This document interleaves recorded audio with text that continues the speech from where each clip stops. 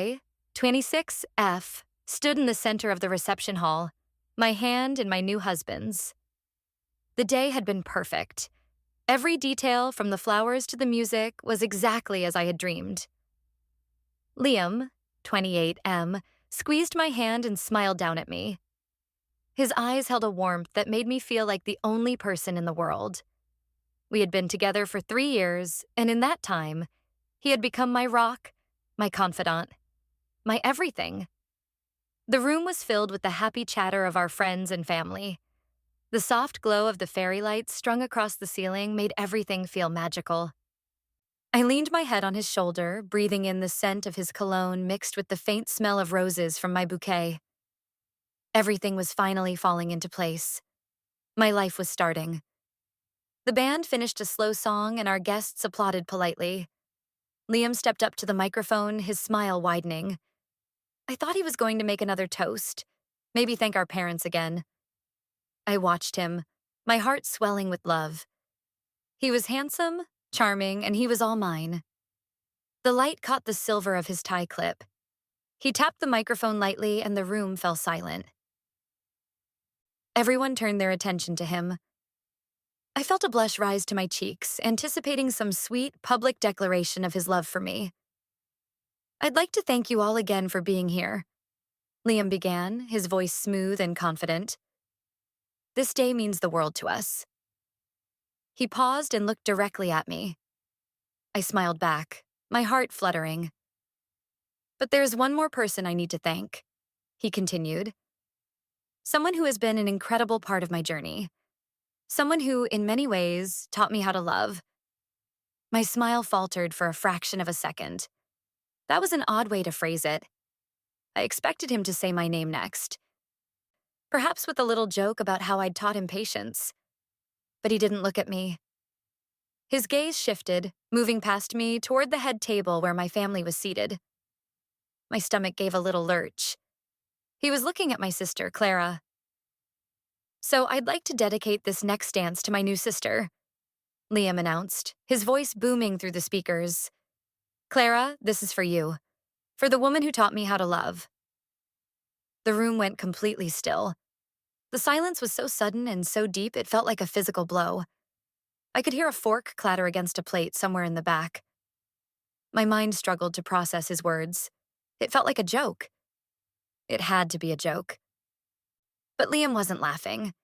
He was extending his hand toward my sister, a sincere and earnest smile on his face. Clara, my twin sister, stood up. She was wearing a blush pink bridesmaid dress that was just a shade too close to my own wedding gown.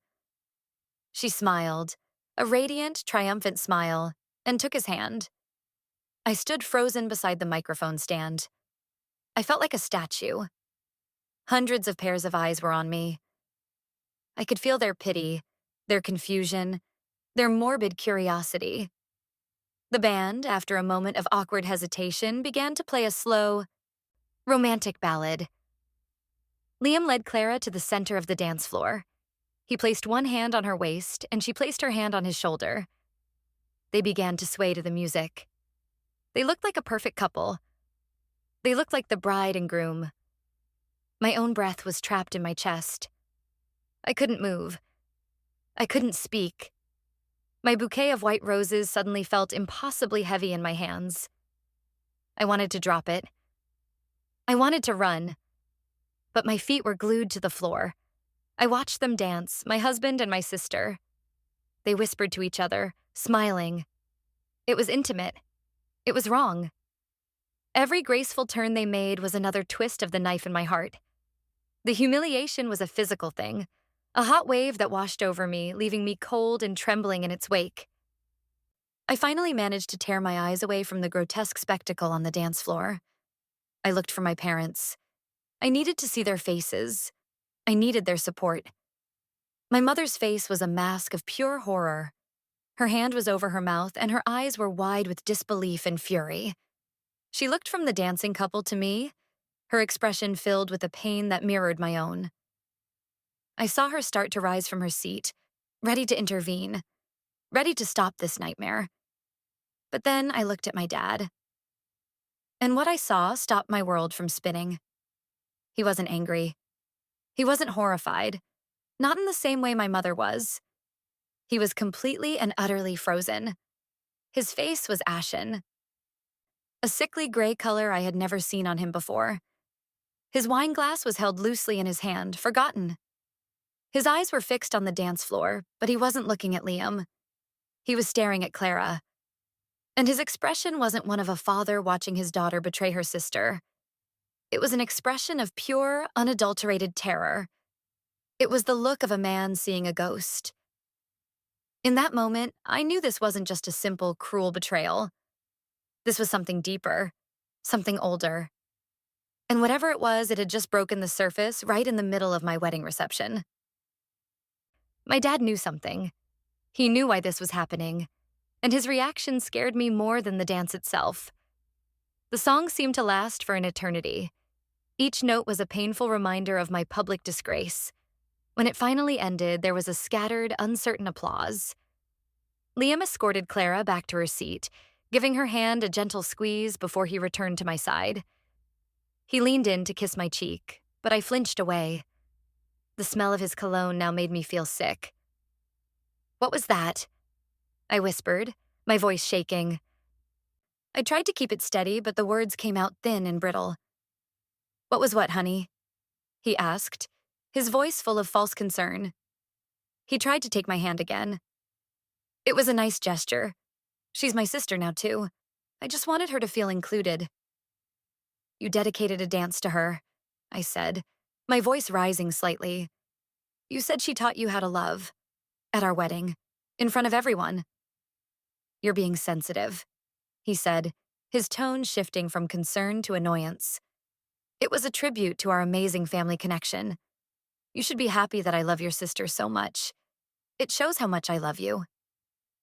His logic was so twisted, so nonsensical that it left me speechless. He was gaslighting me. Standing here in the wreckage of our wedding reception, he was trying to convince me that I was the one with the problem. I felt a cold fury begin to replace the numb shock. This was deliberate. This was planned. I looked over at Clara. She was talking to one of the other bridesmaids, laughing as if nothing had happened. As if she hadn't just danced with my husband in the most inappropriate way possible. I excused myself from Liam, my movements stiff and robotic. I walked over to the head table. "Clara, can I talk to you for a second?" I asked. She turned to me, her expression one of perfect innocence. "Of course, sis. Is everything okay? You look a little pale." I pulled her aside, away from the table. "What was that dance?" I demanded, keeping my voice low. "What do you mean?" she asked, her eyes wide. "Liam asked me to dance. It was so sweet of him. He just wants us all to be one big happy family. He said you taught him how to love," I repeated, the words tasting like poison in my mouth. "Oh, that," she said with a dismissive little wave of her hand. "He's just being dramatic. You know how he is. He just meant that seeing our sisterly bond taught him about family love. Don't read so much into it." Her explanation was just as hollow as Liam's. It was rehearsed. They had planned this. They had planned their answers. The realization hit me with the force of a physical blow. They had conspired to humiliate me on my wedding day. My husband, and my twin sister. The two people I trusted most in the world. I felt the floor drop out from under me. I looked back at my dad. He was still staring into space, his face a grim, pale mask. The music started up again, a cheerful, upbeat song that felt like a cruel mockery. The rest of the night passed in a blur of fake smiles and forced pleasantries. I went through the motions of cutting the cake, of tossing the bouquet, of saying goodbye to guests who either looked at me with pity or pretended not to have noticed anything at all. Every moment was an agony. The wedding night was as disastrous as the reception. We arrived at the honeymoon suite, a beautiful room with roses scattered on the bed and a bottle of champagne chilling in an ice bucket. The romantic setting only served to highlight the chasm that had opened up between us. I dropped my clutch on a chair and turned to face Liam, my arms crossed over my chest. The fake calm I had maintained all evening was gone. I want a real explanation, I said, my voice cold and hard. Now, Liam sighed, loosening his tie. We've been over this. You're making a big deal out of nothing. I love you. That's all that matters. Do not tell me I'm making a big deal out of nothing, I shot back, my voice rising. You humiliated me in front of every single person we know. You took a moment that was supposed to be about us, and you made it about you and my sister. Why? I already told you, he said, his patience clearly wearing thin. It was a gesture of family unity. I'm sorry if your insecurities are making you see it as something else. My insecurities? I asked, incredulous. You think this is about my insecurities? You dedicated a romantic dance to another woman at our wedding. You said she taught you how to love. How would you feel if I did that with your brother? That's different, he said immediately. How? I demanded. How is that different? It just is, he said, turning away from me to unpack his suitcase. I'm not going to argue with you about this. It was our wedding day, and you're choosing to ruin it by being hysterical. Hysterical. The word hung in the air between us, ugly and sharp. He was dismissing my pain, my humiliation, my legitimate anger as female hysteria. That was the moment I knew something was truly, deeply broken. The man I thought I knew would never have spoken to me like that. I'm not ruining it, Liam, I said, my voice dangerously quiet. You already did that. You and Clara. He slammed his suitcase shut. Leave Clara out of this. She did nothing wrong. I'm the one who initiated the dance. And she happily went along with it, I said. She smiled the whole time. You two planned this. Don't lie to me. I'm not lying, he insisted, his face a mask of frustration. I'm tired. I'm not doing this tonight. He walked into the bathroom and shut the door firmly behind him. I stood alone in the middle of the beautiful, empty room. The silence was deafening. I sank onto the edge of the bed, the rose petals crinkling beneath me. The tears I had been holding back all night finally came. They were hot, angry tears of betrayal. I didn't sleep in the bed that night. I took a pillow and a blanket and curled up on the small sofa in the corner of the room. I lay there for hours, staring at the ceiling, replaying the moment over and over in my head. The announcement, the dance, my father's face. The next morning, I woke up stiff and unrested. Liam was already awake, showered and dressed. He was acting as if nothing had happened, cheerfully suggesting we order room service for breakfast. I just stared at him, my heart a cold, heavy lump in my chest. My phone buzzed on the nightstand. It was my dad. Hi, Dad, I answered, my voice hoarse. Sweetheart, he said, and his voice was strained, tired. Are you okay? No, I whispered. There was a pause on the other end of the line. I need you to come home, he said, his tone urgent. Right now, and come alone. Do not bring Liam. Dad, what's going on? I asked, sitting up. Your face last night. You looked terrified. What do you know? I can't explain over the phone, he said, his voice dropping lower. Just please get in your car and come home. We need to talk. There's something you need to know about Clara. Something I should have told you years ago. A chill went down my spine. Something about Clara? Just come home, he repeated. And sweetheart? Be careful around both of them. He hung up before I could ask any more questions. His words echoed in my ears. Be careful. Something I should have been told years ago. My mind was racing. What could it be? What secret was so terrible that it would cause my father to look at his own daughter with terror? Liam came out of the bathroom. Who was that? He asked casually. My dad, I said, standing up and starting to gather my things.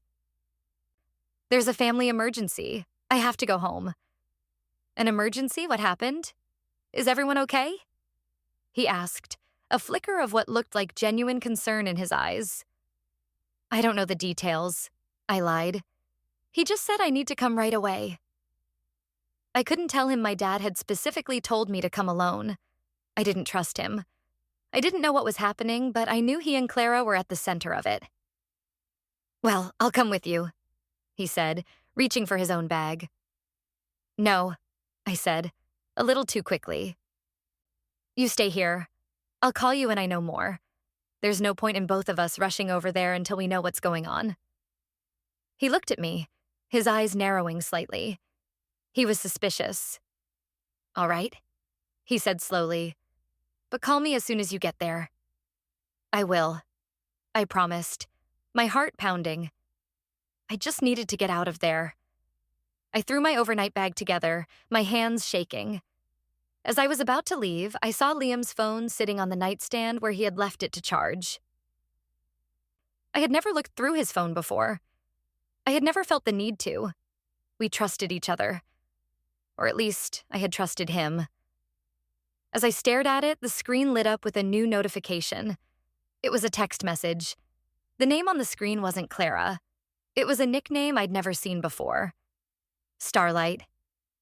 The message preview read, "Is she gone yet? Can't wait for us to really start." My blood ran cold. Starlight. That was what he used to call me back when we first started dating. He had stopped using it months ago. Why would someone else be using it now? My gut twisted into a tight, painful knot.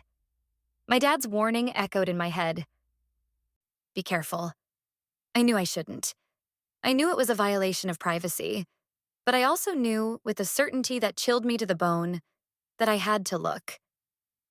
My hands trembled as I picked up the phone. I knew his password. It was his old Jersey number from college. My thumb hovered over the numbers. This was it. This was the point of no return. I took a deep breath and typed it in. The phone unlocked. I opened the text messages. The thread with Starlight was right at the top. I started scrolling up. The messages went back for months. They were filled with flirty banter, inside jokes, and declarations of love. It was a secret relationship, hidden right under my nose. My heart hammered against my ribs as I kept scrolling, looking for a name, a clue, anything. And then I found it. A message from a few weeks ago. "I can't believe the wedding is almost here. It's going to be so hard to watch you standing up there with her." Liam's reply was sickening. "It's just a piece of paper, Starlight. A means to an end. Once it's done, we can finally be together properly. Just a little longer." My vision blurred with tears. A means to an end. Our entire relationship, our engagement, our wedding. It was all a sham. A tool for him to get something. But what? And who was Starlight? I scrolled further, my dread growing with every message I read. Then I saw the messages from the day before the wedding. Starlight. "Are you ready for tomorrow? I'm so nervous." Liam. "Don't be. It's going to be perfect. Our perfect beginning." Starlight. "I still feel guilty. She doesn't suspect a thing." Liam. "She doesn't need to. This is for us. You deserve this." And then, the final damning message. The one that made everything click into place with a horrifying, sickening snap. Starlight. "Can't wait to see the look on her face. You promised you'd make a statement." Liam. "I promised you a dance, didn't I? A dance for the only woman who ever taught me anything about love." Starlight was Clara, my sister, my twin sister. They had been having an affair behind my back for months. They had planned the entire wedding as a stage for their cruel games.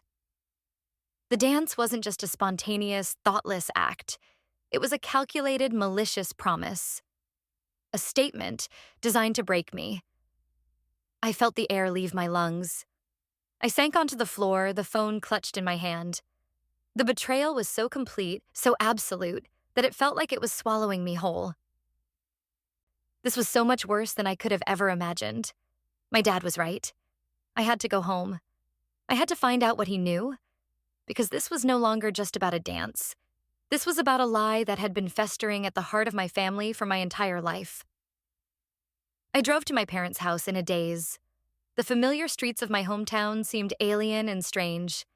The world had tilted on its axis, and I no longer knew which way was up.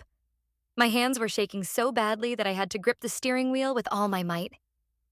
The text messages were burned into my brain. A means to an end.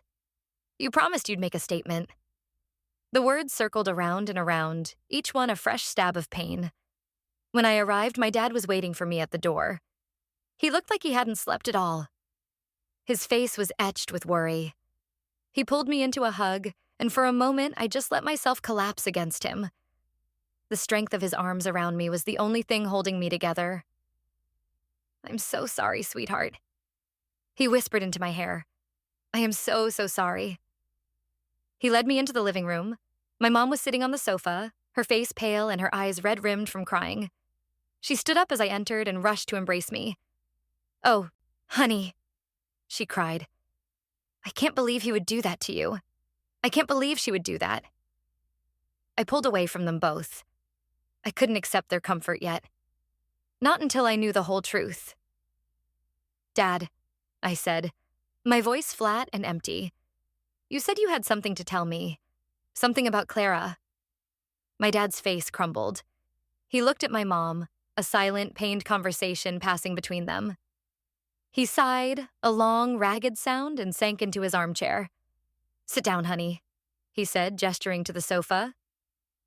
"This is going to be difficult to hear." I sat down, my back ramrod straight. I took out my phone and placed it on the coffee table between us. I opened the text messages. "Before you start," I said, my voice devoid of emotion, "you should see this." I handed the phone to my dad. He took it, his brow furrowed in confusion. He began to read. I watched as his expression shifted from confusion to shock, then to a deep, simmering rage. His knuckles turned white as he gripped the phone. My mom leaned over his shoulder to read, and a strangled sob escaped her lips. "They were having an affair," I stated, the words feeling foreign in my mouth. "The whole time. The wedding was a sham. The dance, it was a promise he made to her. To humiliate me." My dad put the phone down, his hands trembling with fury.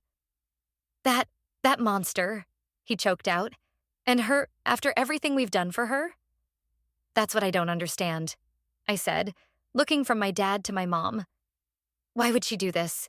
She's my sister, my twin." My dad closed his eyes. This was it. The moment of truth. "That's what I need to tell you," he said, his voice heavy with a guilt that seemed to weigh him down. "She isn't. Clara is not your twin sister." I stared at him. "What are you talking about?" "Of course she is. We have the same birthday. We've been raised as twins our whole lives." "We share a birthday because you were born on the same day," my dad said, his voice barely a whisper. "But you don't share a mother. Clara, she's my daughter, but your mother is not her mother." The room spun. I felt a wave of dizziness wash over me. "What?" I breathed. I don't understand." My dad looked at me, his eyes filled with a pain and regret that was decades old. "Before I married your mother, I was engaged to someone else. Her name was Elizabeth. I broke it off when I fell in love with your mom. But we had one last night together. A mistake. A terrible, selfish mistake. A few months later, your mom told me she was pregnant with you. I was overjoyed. We got married. Everything was perfect. But then I got a letter from Elizabeth. She was pregnant too. And the baby was mine." He paused, taking a shaky breath. My mom reached out and placed a comforting hand on his arm. She was crying silently. "I didn't know what to do," my dad continued. "I confessed everything to your mother. She was devastated. Our marriage almost ended before it even began. But she has a heart bigger than anyone I know. Elizabeth had the baby, a little girl she named Clara, but there were complications during the birth. Elizabeth, she passed away a few months later. She had no family who could take the baby. I was her only living parent. He looked at me, his face pleading for understanding. We couldn't let her go into the system. We couldn't let my mistake, my sin, ruin an innocent child's life. Your mother, she suggested we raise her as our own, as your twin. You were born just hours apart in the same hospital. It seemed possible. A way to protect everyone. To protect Clara from the stigma, to protect our family from the scandal. So that's what we did. We brought Clara home. We told everyone you were twins. We never told a soul the truth. Not even you. The story hung in the air, thick and suffocating.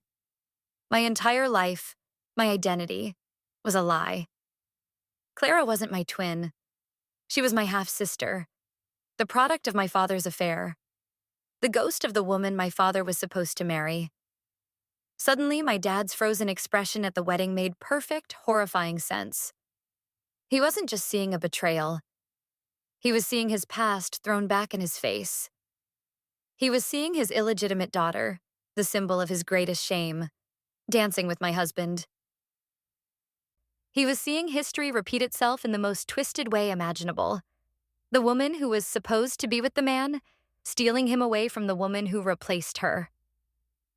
Does Clara know? I asked, my voice a hollow echo in the silent room. My dad shook his head. No, how could she? We destroyed all the original birth certificates. We have legal adoption papers that were sealed by a judge. There's no way she could have found out. She knows, Dad, I said with chilling certainty. She has to. This affair, this whole cruel performance, it's not just about jealousy. It's revenge. It's revenge on me for having the life she thinks she was supposed to have. And it's revenge on Mom for being the wife my dad chose instead of her mother. My mom let out a pained sob. The pieces were all falling into place, forming a picture more monstrous than I could have imagined. Clara's lifetime of subtle competition, of small sabotages, of needing to be just a little bit better, a little bit more loved. It wasn't sibling rivalry. It was a deep-seated resentment that had been festering for years. And Liam was just the weapon she had chosen to wield against us. I stood up and walked to the window, looking out at the quiet, peaceful street. It was the street I grew up on. The street where I played with my twin sister. It all felt like a movie of someone else's life. I need to talk to Mom alone, I said, without turning around. My dad looked hurt, but he nodded. Of course, he said quietly. He stood up and left the room, closing the door softly behind him. I turned to my mother. Her face was streaked with tears. Why didn't you ever tell me? I asked, my voice breaking. How could you let me live a lie for my entire life? I was trying to protect you, she whispered, her voice choked with sobs. I was trying to protect everyone. I thought if we just loved her enough, it wouldn't matter. I thought we could be a real family. I didn't want you to grow up under the shadow of your father's mistake. I didn't want you to look at your sister and see that. But it did matter, Mom, I said, the anger finally starting to burn through the shock. It mattered to her. And now, because of this secret, my life is in ruins. My marriage is a joke. I was humiliated in front of the world. All because you and Dad decided to build our family on a foundation of lies. Her face crumpled, and she began to weep uncontrollably. I felt a pang of pity for her, but my own pain was too raw, too overwhelming. I had been betrayed by my husband, my sister, and now I realized by my own parents. I was completely and utterly alone. The question of how Clara found out became an obsession. My parents insisted it was impossible. All the legal documents were sealed. My dad had a small box of letters and photos from Elizabeth, Clara's biological mother, that he kept locked in a safe in his office. He checked it immediately. The lock was intact. Nothing had been touched. They were at a loss. Maybe someone told her, my mom suggested tearfully one afternoon. An old friend of Elizabeth's? Someone from before? No one knew, my dad said firmly. Elizabeth was estranged from her family. Her friends thought she'd moved away. We made sure the story was airtight. No one could have known to tell her. Their certainty felt like a dead end. But I knew Clara. She was meticulous. She was clever. If she wanted to find something out, she would. This wasn't a random discovery. It was the result of a search. But what had prompted her to start digging in the first place? And where did she look? I needed an outside perspective. I needed someone who wasn't drowning in the guilt and emotion that had consumed my parents. I thought of my Aunt Carol, my dad's older sister. She and my dad were close, but she had always maintained a polite but visible distance from my mother. When I was younger, I thought she was just a bit cold. But now I wondered if she knew something. If she had been kept on the outside of the lie, perhaps she could see it more clearly. I picked up my phone. My thumb hovered over her name. I took a deep breath and pressed the call button. She answered on the second ring. Hello? Aunt Carol, it's me, I said, my voice sounding small and weak even to my own ears. Honey, I was so sorry to hear about the trouble at the wedding, she said, her voice cautious. Are you all right? No, I'm not, I said. But it's more complicated than you think. Can I come and talk to you? It's important. There was a pause. Of course, she said, her tone softening. Come over whenever you're ready. I drove across town, my knuckles white on the steering wheel. I felt a sliver of hope, a tiny feeling that my aunt might hold a key that I was missing. I parked in front of her quiet suburban house. I walked up the path and rang the bell. She opened the door and pulled me into a warm hug. It was the first genuine, uncomplicated hug I had received in days. She led me into her kitchen and made me a cup of tea, her movements calm and steady. We sat at her small kitchen table, the silence comfortable for a few minutes. So, she said finally, her kind eyes watching me over the rim of her mug. Tell me what's going on. I took a deep, shaky breath, and then I told her everything. The dance, the text messages, the affair, and finally the secret my parents had just revealed, the truth about Clara's birth.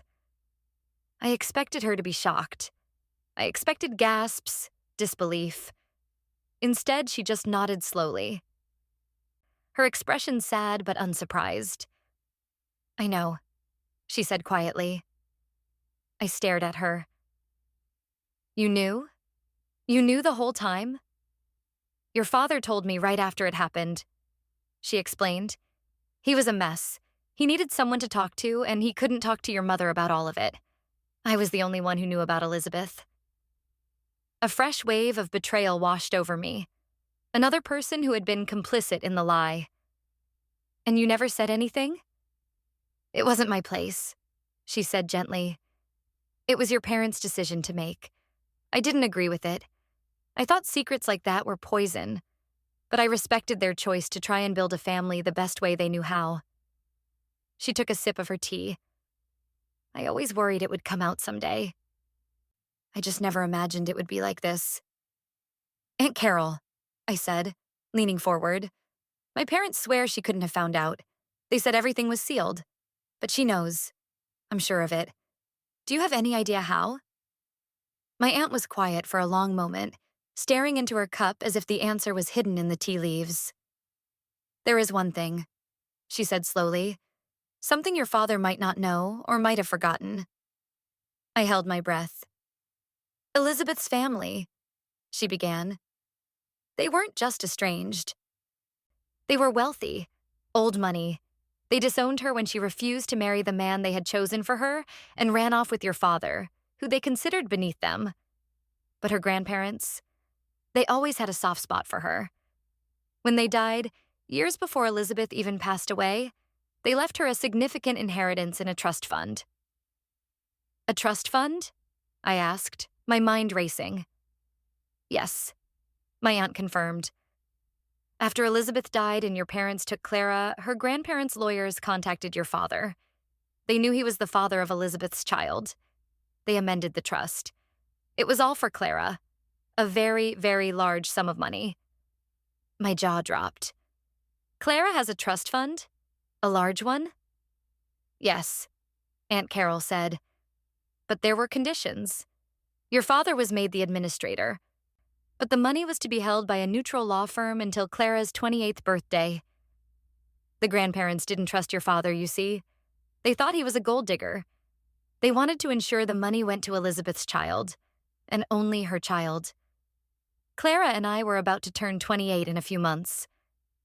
Why didn't my dad ever tell us? I asked. Why keep that a secret too? He didn't want Clara to be defined by it, my aunt explained. He called it tainted money.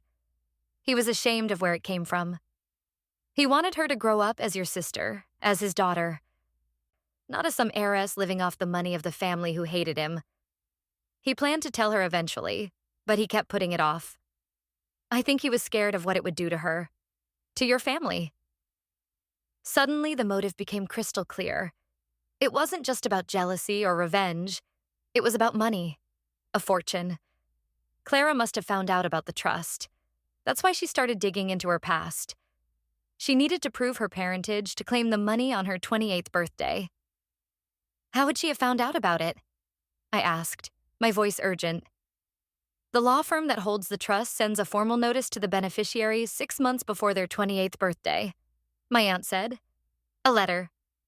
To their last known address, which would have been your parents' house. The letter. A letter must have arrived for Clara at my parents' house a few months ago. She must have gotten it before my parents saw it. That's what started it all. The letter would have named her as the beneficiary of the trust of Elizabeth's estate. It would have been the first time she had ever seen her biological mother's name. And Liam, I said, the final piece clicking into place. He's always had money problems. He's in debt. He must have been in on it with her. Marrying me, it wasn't just to hurt me. It was to get closer to my family, to my dad, the administrator of the trust, to control the situation. It seems likely, my aunt said grimly. She stood up and went to a small writing desk in the corner of her living room. She unlocked a drawer and pulled out a thick manila folder. Your father gave me copies of all the legal documents years ago, she said, placing the folder on the table in front of me. He wanted someone else to have a record just in case. I think you should see this. I opened the folder. Inside were copies of the trust agreement, letters from the lawyers, financial statements. The numbers were staggering. It was millions of dollars. My head spun. Clara had been sitting on this secret, plotting to get this money, all while pretending to be my loving sister. Then my aunt pointed to a specific paragraph in the trust document. She read it aloud. The funds herein are intended for the beneficiary's well-being and her establishment in a respectable life. The trustees reserve the right to restrict or redirect the funds should the beneficiary engage in any actions determined to be malicious, defamatory, or otherwise harmful to the reputation and stability of her adoptive family. I looked up at my aunt, my eyes wide. A tiny spark of an idea began to form in the darkness of my despair. The dance, I whispered. My aunt nodded slowly. The dance was a very public act, she said. A very public act of malice. The clause in the trust was my leverage. It was the weapon I never knew I had. Clara and Liam, in their arrogant cruelty, had handed me the means of their own destruction. They thought they were making a statement, securing their future. But all they had done was create a permanent, undeniable record of their malicious intent. The wedding video was my proof. The whispers of the guests, the shocked faces, my own public humiliation. It was all there. A cold, hard resolve settled over me, replacing the grief and the shock. They had tried to break me. They had tried to take everything from me. Now I was going to take the one thing they truly wanted, the money.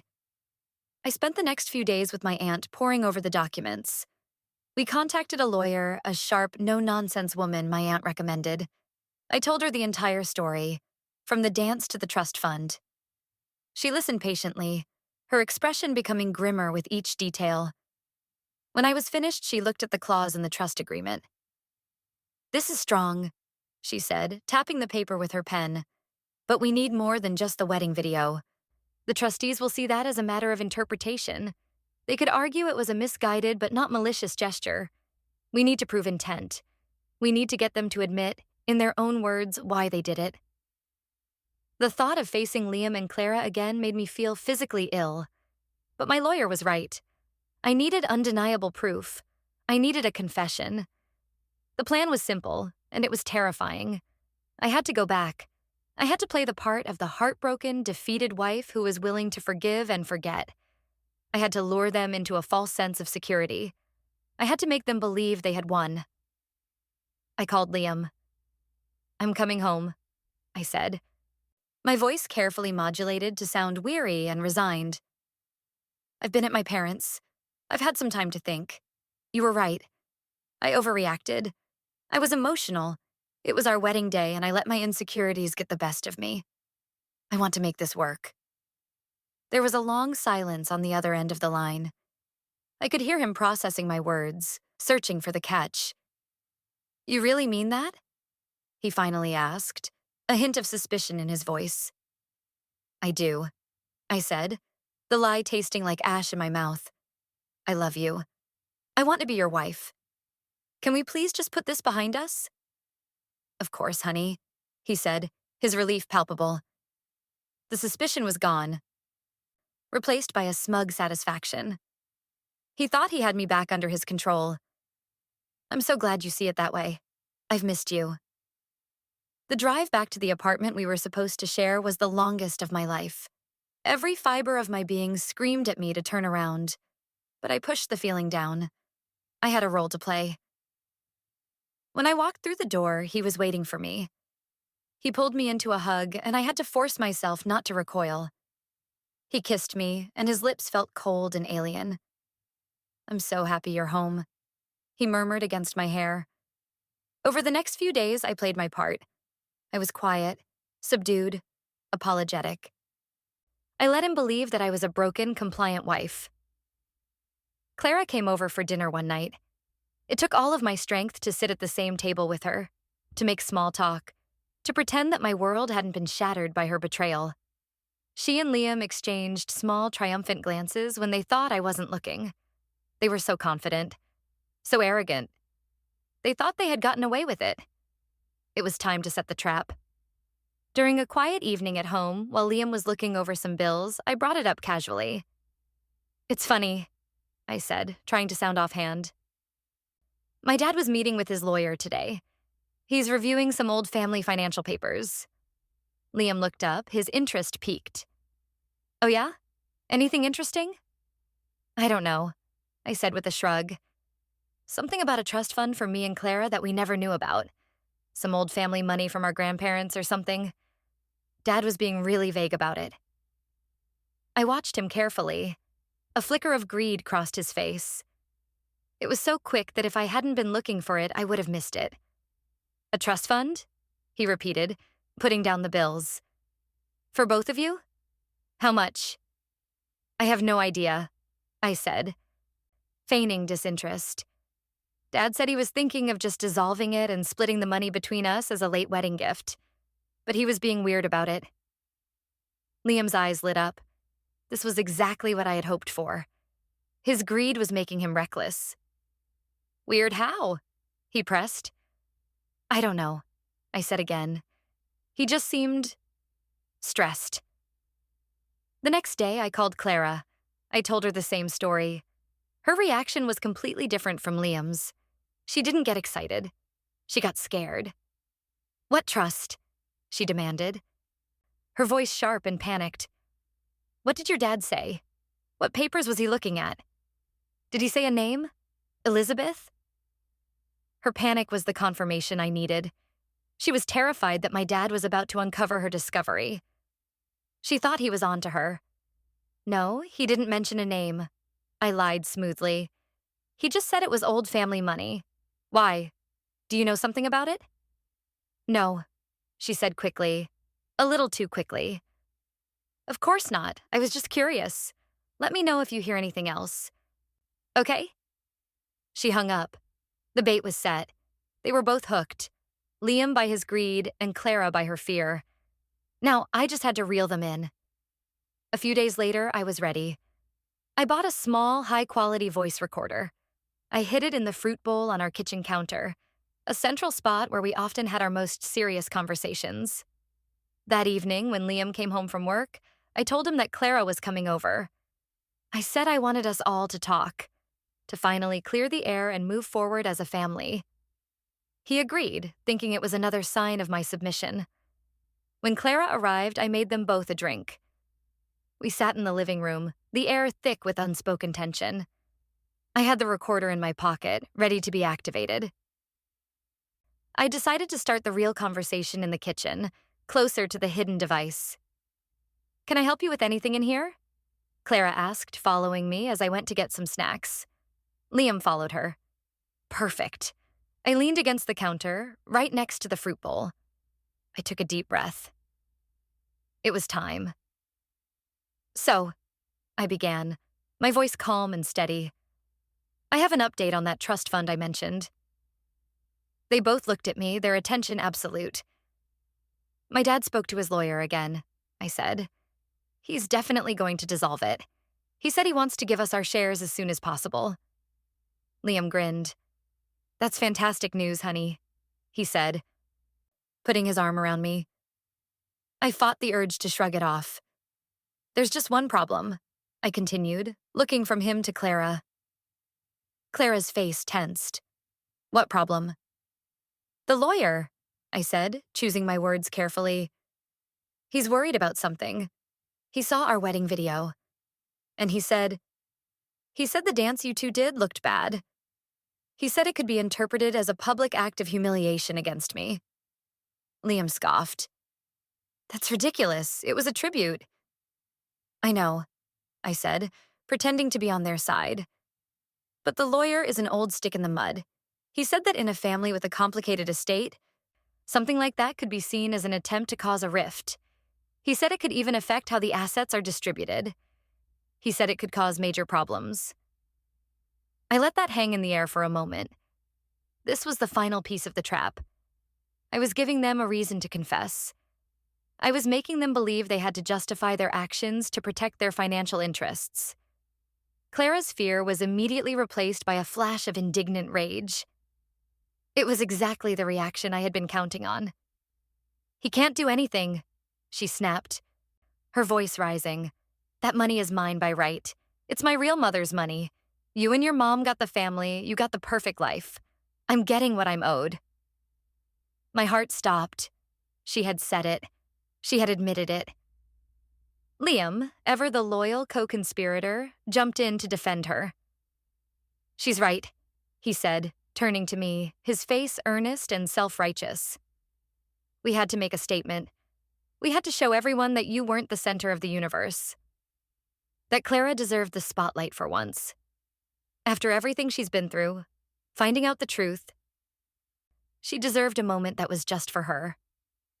The dance was my idea, to prove my loyalty to her, to show her that I was on her side no matter what." "So it was planned?" I asked, my voice a soft, dangerous whisper. "You planned to humiliate me?"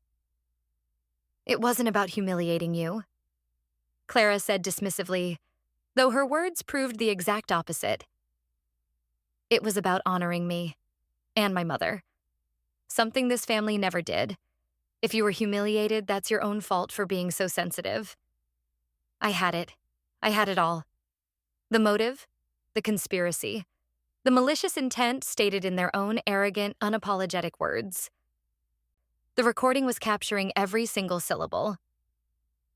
A cold, quiet triumph settled in my chest. I had them. I pushed myself off the counter. "Thank you," I said, my voice clear and steady. That's all I needed to hear. They looked at me, confused by my sudden change in demeanor. Before they could ask what I meant, I walked out of the kitchen, leaving them standing there, their ugly secrets finally exposed to the light. The game was over.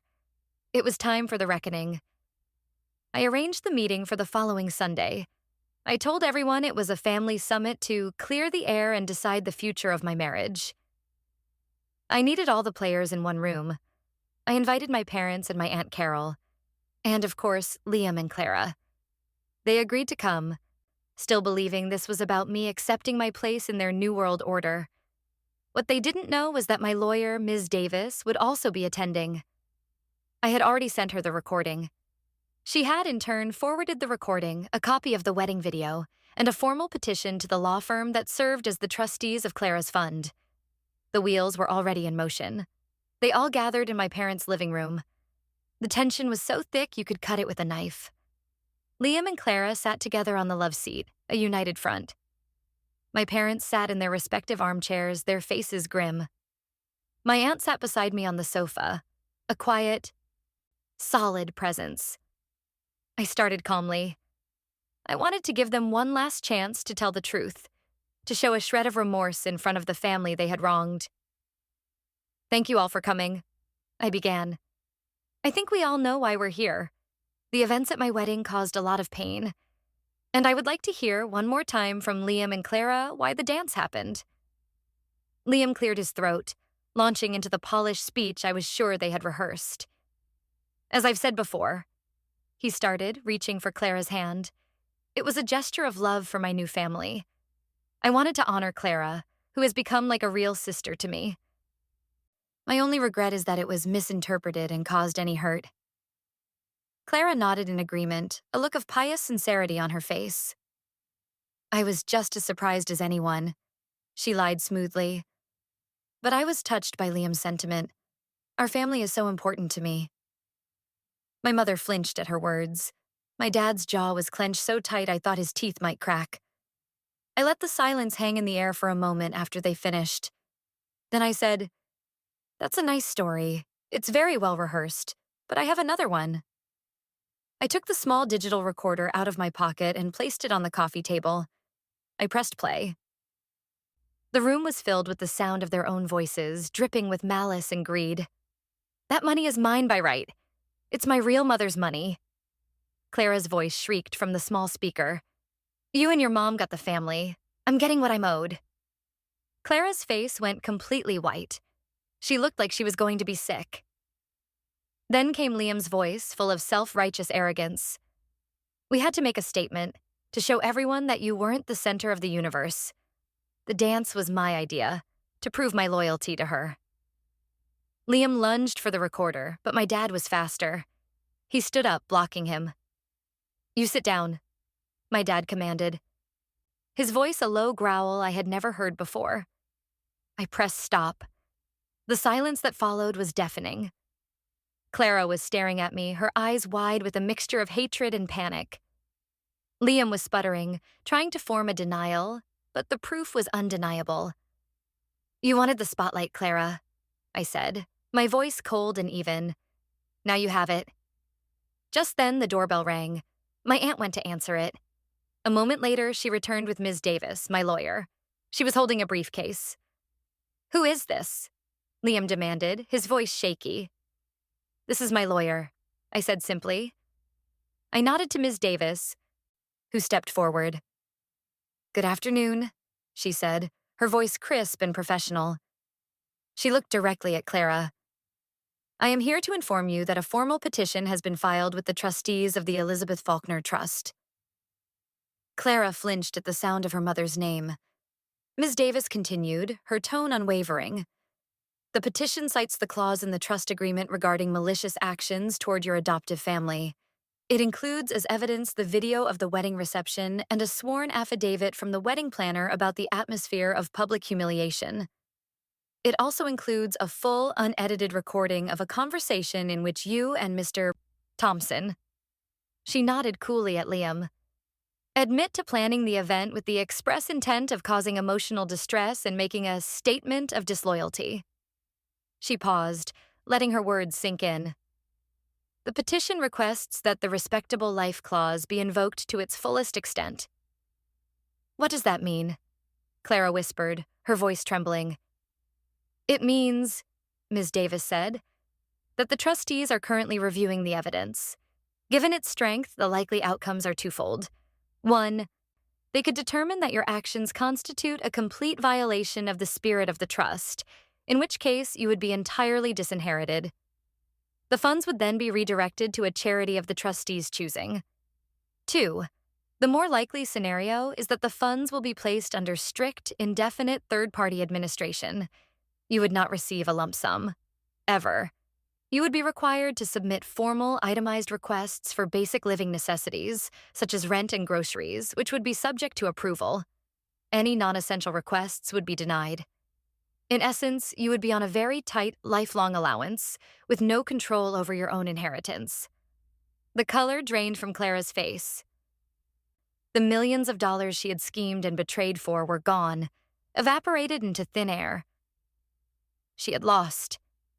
She had lost everything she truly wanted. She started to sob, not tears of remorse, but of pure, frustrated rage. I then turned to Liam. He looked utterly stunned, like he couldn't process what was happening. "As for you," I said, my voice ringing with a clarity I hadn't felt in weeks, "our marriage is over. Ms. Davis will be serving you with annulment papers tomorrow morning. The grounds are fraud. You married me under false pretenses as part of a conspiracy to defraud my family and gain access to my sister's inheritance. Our entire relationship was a lie." My dad stood up, his full height seeming to fill the room. He pointed a trembling finger at the door. "Get out of my house," he roared, his voice shaking with a lifetime of pent-up anger and guilt. "Both of you, get out now." Liam looked from me to my dad, his mouth opening and closing like a fish. He thought he had married into a quiet, respectable family. He thought he had a golden ticket. Now he was facing a legal battle he couldn't possibly win, with a mountain of evidence against him. He grabbed a sputtering, weeping Clara by the arm and practically dragged her out of the house. The front door slammed shut behind them, and the silence they left in their wake was heavy, but it was also clean. The poison was finally gone. The house and the family within it could finally begin to breathe again. In the weeks that followed, the pieces of my shattered life began to slowly knit themselves back together. Liam and Clara were gone, excised from our lives like a tumor. The annulment was processed quickly. Faced with the undeniable evidence of the recording, Liam's lawyer advised him not to contest it. He signed the papers and disappeared, saddled with his debts and his shame. Clara tried to fight the trustees' decision, but it was hopeless. They issued a preliminary finding that was overwhelmingly in support of my petition. The trust was frozen, and a permanent administrative structure was being put in place. She would never have the life of luxury she had betrayed me for. She sent me a string of desperate, rambling texts and voicemails. They swung wildly between tearful apologies, bitter accusations, and pathetic pleas for forgiveness. I never responded. I blocked her number. The most difficult part of the aftermath was rebuilding my relationship with my parents. The secret they had kept was a deep wound, and it wouldn't heal overnight. My mom and I had a long, painful conversation a few days after the confrontation. We sat in the kitchen, the same one where I had played as a child, and for the first time, she was completely honest with me. "I was so scared," she admitted, her voice thick with tears. "Scared of losing your father. Scared of what people would say. And then, when Clara came to us, this tiny, innocent baby, I was scared of not being able to love her as my own. So I buried the truth. I thought if I pretended hard enough, it would become real. I just wanted to protect you, to give you a normal, happy family." "I know you did, Mom," I said, my own tears starting to fall. But secrets are never safe. They always find a way out. We talked for hours, unpacking 26 years of unspoken truths. It was painful, but it was necessary. We were starting over, building a new relationship based on honesty, however difficult it might be. My dad was a different story.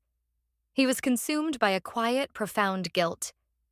He seemed to have aged 10 years in a matter of weeks. I found him one evening in his office, staring at the small locked box that held his letters from Elizabeth. I should have told you, he said without looking at me. I should have told you both from the beginning. I was a coward. I let my shame dictate the lives of everyone around me. This is all my fault. The original sin was mine. It was, I said softly, sitting down across from him. But you didn't make Clara do what she did. You didn't make Liam a liar and a cheat. Those were their choices. Your mistake doesn't excuse theirs. He finally looked at me, his eyes filled with a deep, sorrowful gratitude. I'm so sorry, sweetheart, he whispered. For everything. I know, Dad, I said. And for the first time, I felt the anger I held towards him begin to soften.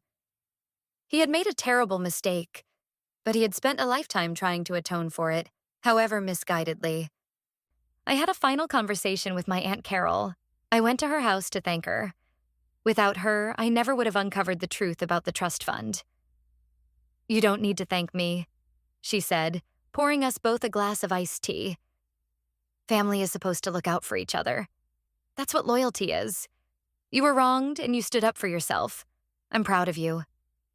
I couldn't have done it without you, I told her honestly. You were the only one who saw the truth from the beginning.